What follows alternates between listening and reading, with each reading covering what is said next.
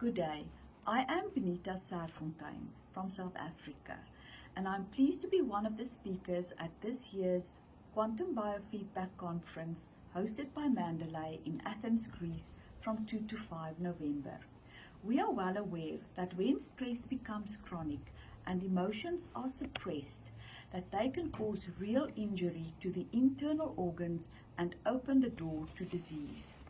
We will discuss how biofeedback therapy can be used for identifying the stress response, the effects thereof on metabolic processes, the underlying emotions involved, and the subsequent organs affected.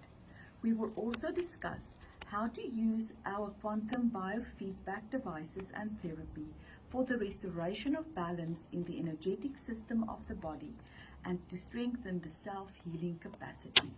I really do hope to see you there.